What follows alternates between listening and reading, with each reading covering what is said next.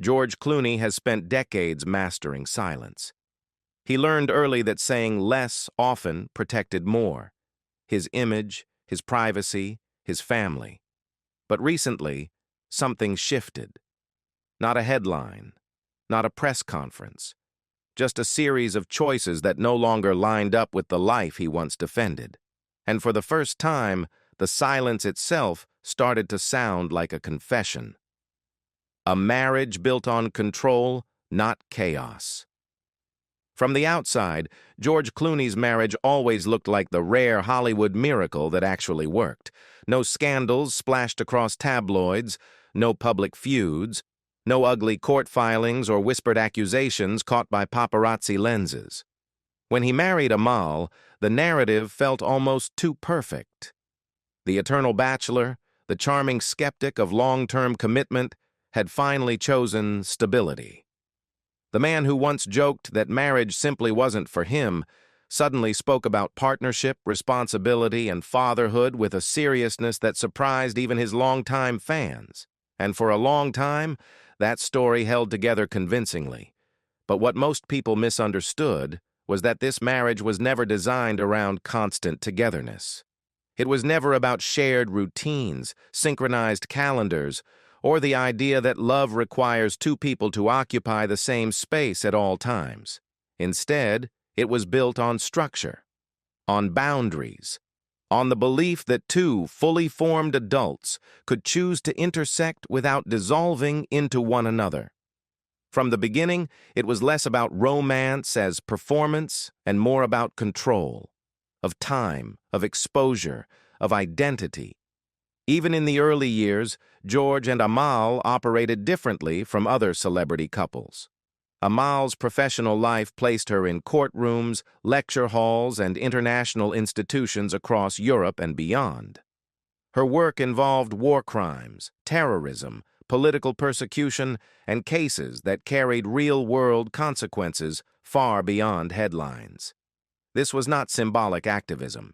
It required discretion, security protocols, and an acceptance that visibility could be dangerous. Her career didn't slow down after marriage, it intensified.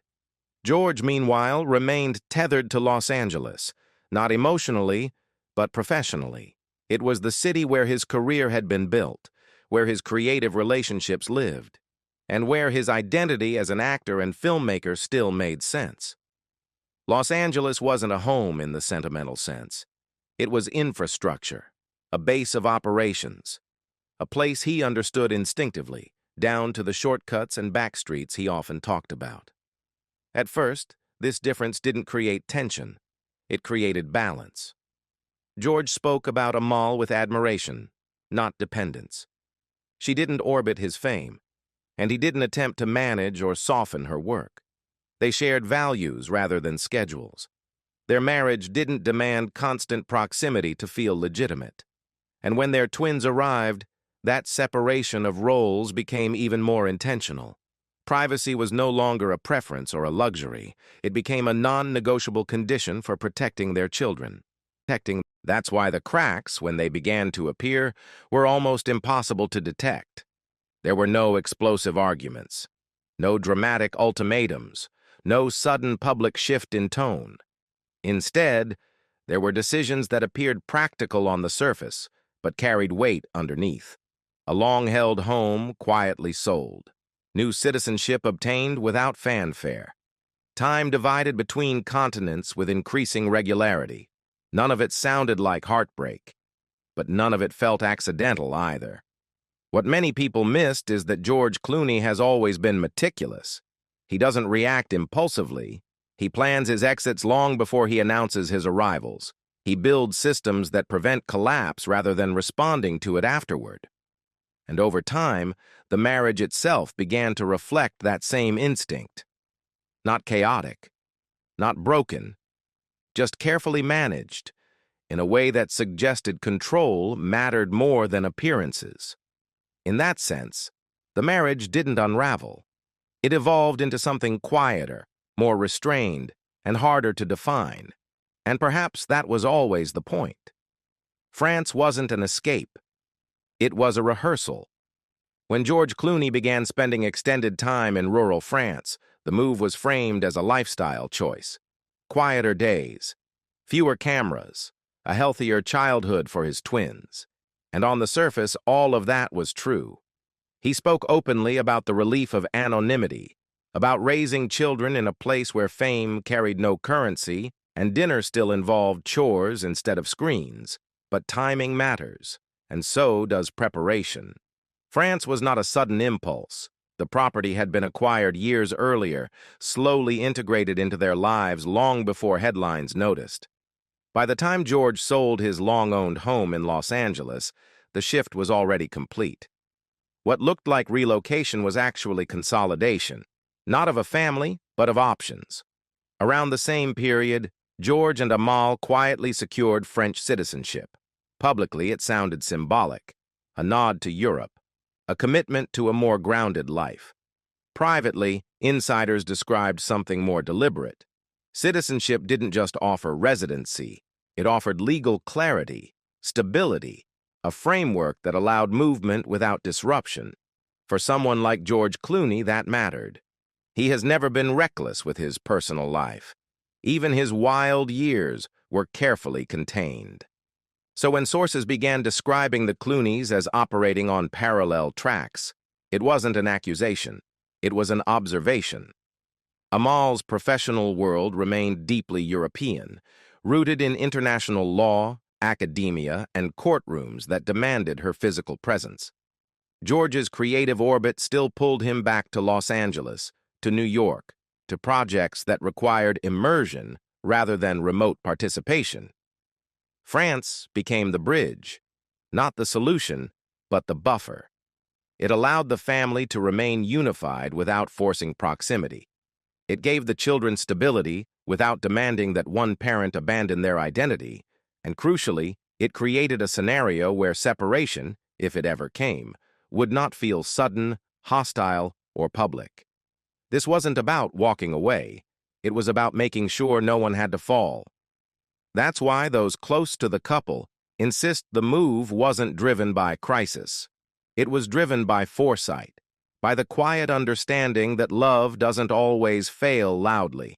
Sometimes it just needs space to survive. And George Clooney, more than most, understands the value of controlled distance, the empty seat that spoke too loud. Broadway was supposed to be a victory lap. When George Clooney stepped onto the stage for his theatrical debut, the room was filled with familiar faces, old friends, longtime collaborators, actors who had shared defining moments of his career decades earlier. The atmosphere was celebratory, almost reverent. A man nearing the later chapters of his career proving he could still take risks, still command attention, still reinvent himself. But one presence mattered more than all the others, and it wasn't there. Amal Clooney did not attend the opening night, not quietly, not discreetly. She simply wasn't there. When asked, George offered a calm explanation. She was with the children, practical, reasonable, the kind of answer no one could challenge without sounding cruel. And yet it landed heavier than expected, because absence, in a moment like that, is never neutral. For years, Amal had been selective about public appearances. That wasn't new. What was new was the context. This wasn't a red carpet. This wasn't a charity gala. This was George stepping into unfamiliar territory. Live theater, sustained commitment, a schedule that demanded physical and emotional presence 6 nights a week. It was a moment that traditionally signals support, unity, and shared pride. Instead, it highlighted distance. Behind the scenes, insiders tried to soften the narrative. They emphasized security concerns, the seriousness of Amal's work, the children's routines, and all of that was true. But it didn't erase the underlying reality. Their lives were no longer synchronized. At the same time, reports emerged describing their marriage not as fractured, but reorganized. Friends used careful language. Committed parents. Respectful partners. Phrases that sounded stable but noticeably avoided words like romantic or inseparable. George, for his part, didn't correct the record. He didn't deny the shift. He didn't overcompensate with declarations of devotion. He simply continued forward, showing up to rehearsals, maintaining his schedule, returning home when possible, and accepting that his personal life no longer fit a single location. The public read the moment differently. The empty seat became symbolic, not of abandonment, but of a marriage evolving beyond shared milestones. And once people saw it, they couldn't unsee it. That was when the questions stopped being speculative, because silence, when paired with consistency, starts to sound intentional. Separate lives, carefully aligned. What unsettled people wasn't the idea that George and Amal Clooney were unhappy. It was the opposite. By all accounts, there was no bitterness, no public resentment, no visible fracture. Instead, there was something harder to categorize, a marriage that still functioned but no longer revolved around proximity. Sources close to the couple began using the same language again and again: parallel lives, autonomy, flexibility. These weren't euphemisms for crisis. They were descriptions of a system that had already adapted. Amal's professional life did not slow down after marriage or children. If anything, it intensified. Her cases demanded constant travel across Europe, involvement in sensitive legal proceedings, and a level of security that made predictability impossible. She also took on academic responsibilities, anchoring herself even more firmly outside the United States. This wasn't a phase. It was a long-term commitment. George, meanwhile, remained professionally restless. Acting, producing, live theater, none of it could be done remotely. His work required immersion, presence, and long stretches away from home. For someone who married later in life, he wasn't learning how to settle down. He was learning how to coexist without disappearing. That's where the idea of separation became misunderstood. Insiders were careful to clarify that there was no dramatic split, no lawyers circling, no timelines announced. But they also acknowledged that George and Amal no longer structured their days around each other. They structured them around logistics, parenting, and mutual respect. This wasn't emotional distance. It was operational distance. Their properties reflected that philosophy. Homes in multiple countries.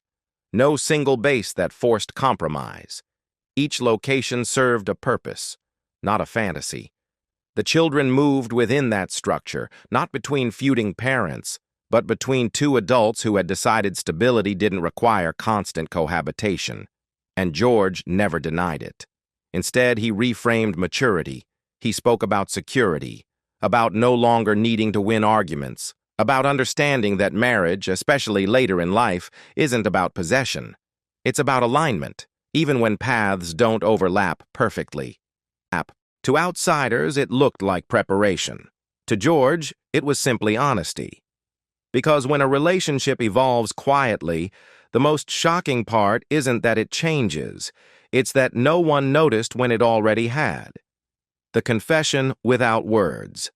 The most unsettling part of the rumors wasn't the word divorce, it was how prepared everything seemed.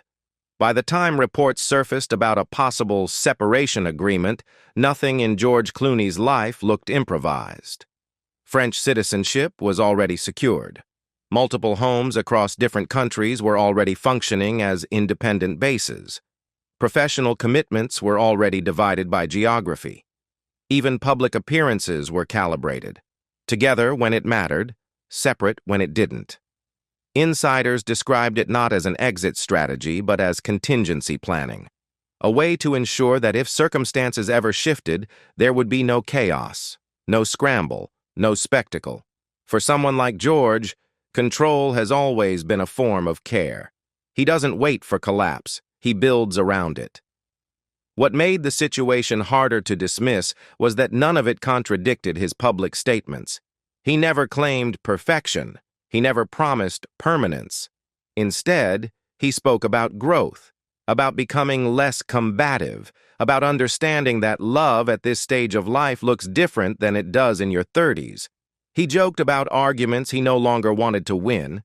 He spoke openly about how fatherhood changed his priorities. He acknowledged the seriousness of Amal's work and the real dangers attached to it. None of that sounded defensive. It sounded resolved. That's why some observers began calling it a confession, not because George admitted to a divorce, but because he stopped pretending that marriage has only one shape. He didn't deny the distance. He normalized it. He didn't fight the rumors with grand declarations. He let the structure of his life speak for itself. And maybe that's the truth people weren't ready to hear. This isn't a story about a man walking away from his wife. It's about a couple quietly redefining what staying together actually means.